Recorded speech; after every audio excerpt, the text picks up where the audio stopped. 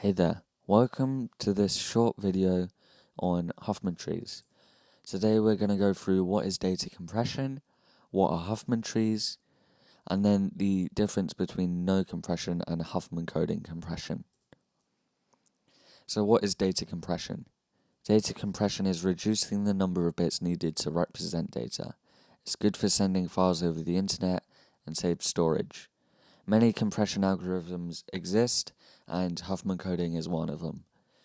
Compression can be lossless or lossy. Lossless means that there's no data lost, and lossy means some data can be lost.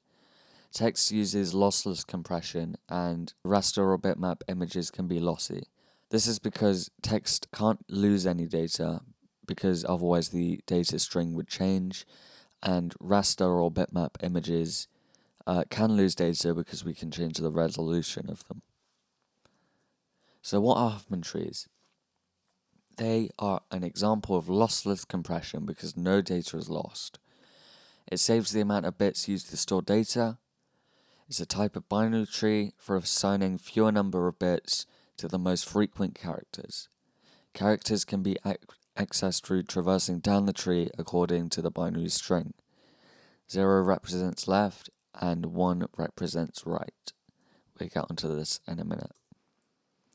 So here's an example of no compression on this string here. Here we can see for each character we have 8 bits. This is because we are using ASCII, which takes 8 bits up. And then here we have the frequency of letters. So here we can see A appears once, B appears 3 times, and C appears 7 times. So what we can do to find out the total bits is multiply the number of bits by the frequency. So here we have 8, 24, and 56, which equals 88.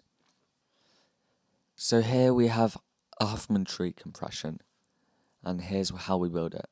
So we have our string again. We've listed out the characters by frequency. This needs to be sorted by frequency. And then we have our characters here as well by frequency. So the largest being C, and then B, and then A. Here we've taken the smallest 2 nodes and we've joined them together. So we have B and A make 4 because A is worth 1 and B is worth 3. And then here we've joined together B, A, and then C as well to make 11. And this is our binary tree. And this is a much efficient way of representing the data. So here we can see the binary tree with 0 on the left, as we said before, and 1 on the right. So now if we're traversing down the tree, we start here, and we can say 0, and we get to C. And then if we say 1, 1, we get to A. If we say 1, 0, we would get to B.